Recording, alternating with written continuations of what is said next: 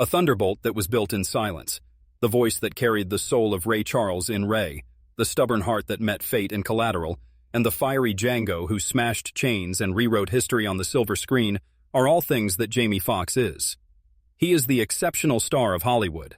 He is one of the few legendary figures whose skill is unbounded, a comic who has the ability to make the entire globe erupt in laughter for no apparent reason, a performer whose voice was so powerful that it could penetrate the very depths of one's heart, and an artist whose name is engraved on the Grammy Awards as well as the Academy Awards. Over the course of his life, he rose from the benches of a church choir to the highest throne of Hollywood. He began as a little kid who was abandoned by his parents in a tiny town in Texas. He was nurtured in the humble home of his grandmother, where he was instilled with a strong faith and passionate about music, an enduring monument that exemplifies the tenacity, brilliance, and unquenchable fire of the human will. This brilliantness, however, was sculpted from wounds that were too deep to conceal. After suffering a devastating stroke that came dangerously close to taking his life, the world watched him disappear inside the walls of the hospital. Meanwhile, his family knelt in prayer for the man who had once illuminated the world, but who now lay in darkness, precariously balanced on the border of life and death. Rumors of his passing circulated across the community. Furthermore, as if fate had never given any mercy, 20 days of recollection evaporated as if it had been erased, leaving behind a shadow that will never be forgotten. It is quite rare for someone to emerge from that abyss, but he did. He was a living example of how even the most brilliant flame can be extinguished in the blink of an eye, as he bore scars, yet nonetheless refused to break. And now, at the age of 57, when it appeared that peace was finally within grasp, reality exposes shadows that leave the world in startled stillness. Before we get started, if you have ever been moved by his artwork, please show your appreciation by giving Jamie Foxx a like. This will be an homage to the miraculous occurrence of a man who transformed the brink of death into tremendous strength and enduring brightness. When the beginning of a legend is not written in love, but rather in silence that is so significant that it has the potential to shatter the soul of a kid, it is cruel. Silence that is more audible than any lullaby. A lack of sound from parents who had already turned their backs on their children before they could even utter their names. That was the beginning of Eric Marlon Bishop, the youngster who would one day be celebrated all over the globe as Jamie Foxx. He was born on December 13, 1967, in the small town of Terrell, Texas. In subsequent years, his father, Darrell Bishop, would become a Muslim and become even more distant from his child's life. During this time, his mother, Louise Annette Talley, vanished from his everyday presence. Estelle Marie Talley, Jamie's grandmother, was a woman of steadfast faith and fierce discipline who became both the anchor and the storm of his early years. Jamie was left in the care of his grandmother when he was only 7 months old, a working-class family where every cent mattered, where the walls carried the smell of plain meals, and where the echoes of church hymns could be heard. The Talley household was a humble place to live. On the other hand, there was order, faith, and unrelenting discipline. There was no riches, no luxury, and no indulgence. Estelle, who worked as a teacher at a nursery school, was of the opinion that children might achieve success in spite of adversity if they were provided with structure. She reinforced this notion with a hand that was both steady and rigorous. Foxx would recall that his grandmother was the most powerful person he had ever known, even after many years had passed. In addition to teaching me discipline, Mom also taught me how to play music. In Jamie's case, this discipline frequently manifested itself in the form of many hours spent playing the piano. He was sitting on a wooden bench, his small hands aching as they tripped across Bach and Beethoven. Other youngsters were playing in the fields or laughing at football practice. He was taking a break from his activities. He was confined to the piano keys, but they were also his salvation, weighed down by anticipation, but also brimming with the promise of success. That was not a pastime of mine. It was the only voice that could replace the void that his parents had left behind, and it was crucial to his survival. However, despite his success, the wounds caused by his absence were rather profound. There was no mother's hug present on birthdays that came and went. The school performances came to an end without any applause from the fathers. When football games that should have been, moments of pride came to an end, there was a noticeable lack of presence in the spectators. There was a sense of isolation that the youngster who made everyone else laugh carried with him, but no one could see it. Years later, Foxx would admit that I told jokes in order to distract others from the loneliness that I was experiencing. One of my weapons was humor. Behind the laughing was a child who was figuring out how to make it through life in a broken world. When Jamie was entering his adolescent years in the late 1970s, America was undergoing a period of transition.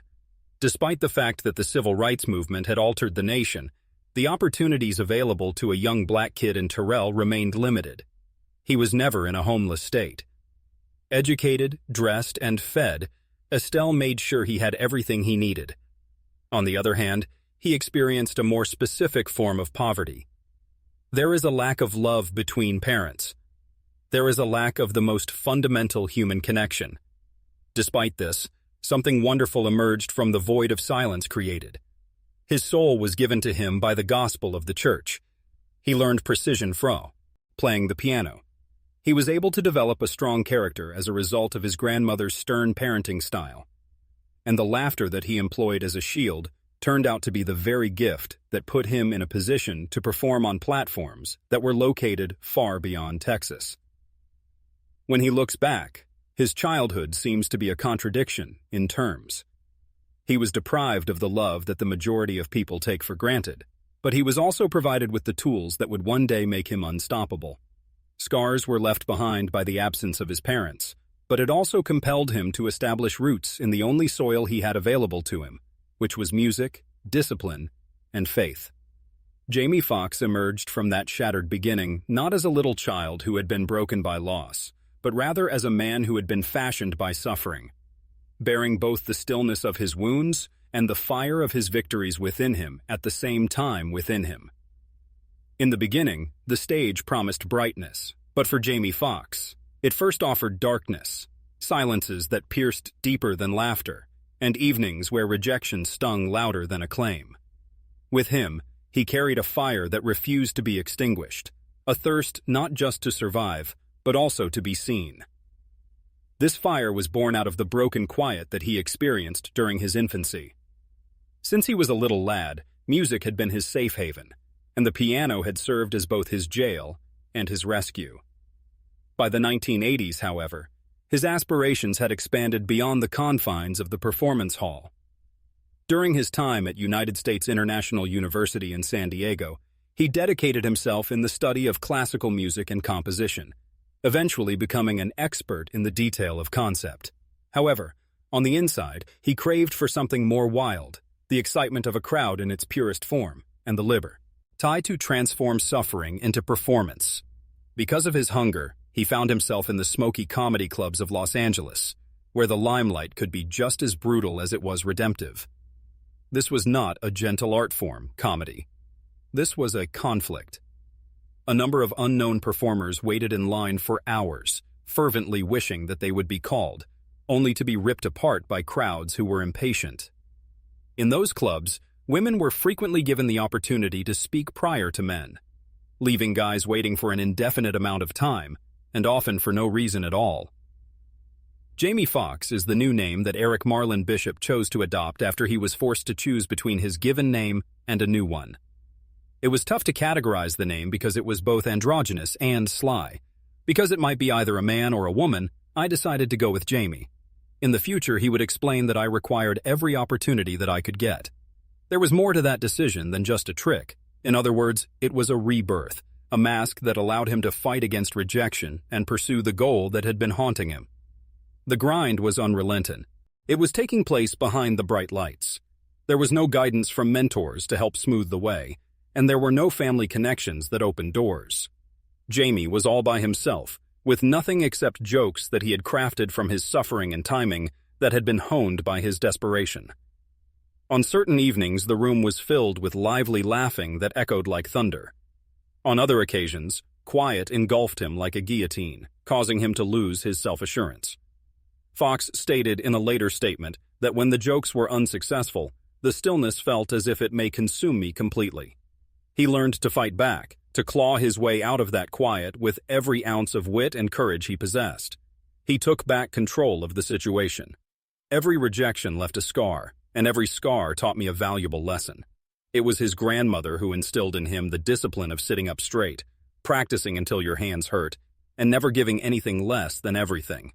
This discipline became the foundation of his stage craft. The young man who had previously played Beethoven in the film Solitude was now putting on performances of survival symphonies that included punchliners. During those years, Jamie lived in a state of paradox, where he was able to make strangers laugh while simultaneously concealing his own feelings of isolation. He was able to garner acclaim while simultaneously fighting the dread that he would never be recognized as anything other than a comic. While it was true that they laughed with him, he couldn't help but question if they had ever really seen him. It wasn't until 1991 that his perseverance paid off. The trailblazing sketch comedy show In Living Color, which started the careers of some of the most famous people of the era, offered Jamie Foxx a seat on the show. Without a doubt, his energy was evident. His timing was razor-sharp, and his personalities were hilarious. Success, on the other hand, brought a new type of suffering, and for the first time, millions of others were laughing along with him. It wasn't just the drunks in clubs with dark lighting. Nothing more than a funny man was what Hollywood referred to him as. He struggled to be acknowledged as a serious actor and an artist with depth, yet he was surrounded by laughter because of his efforts. The decade of the 1990s was marked by that fight. From 1996 until 2001, he was the main attraction on The Jamie Foxx Show, demonstrating that he possessed the charm and versatility necessary to anchor a successful series. However, beneath the comedic surface was a man who was desperate to escape the confines of the label that he had been given. Each and every performer, each and every stage, and each and every screenplay became another struggle in his war for respect. Even though the wounds of rejection were still fresh, they served as a source of motivation for him. In retrospect, his early career was never a glittering one, and it was never an easy one. In the furnace of quiet and survival, he seen it just kiss.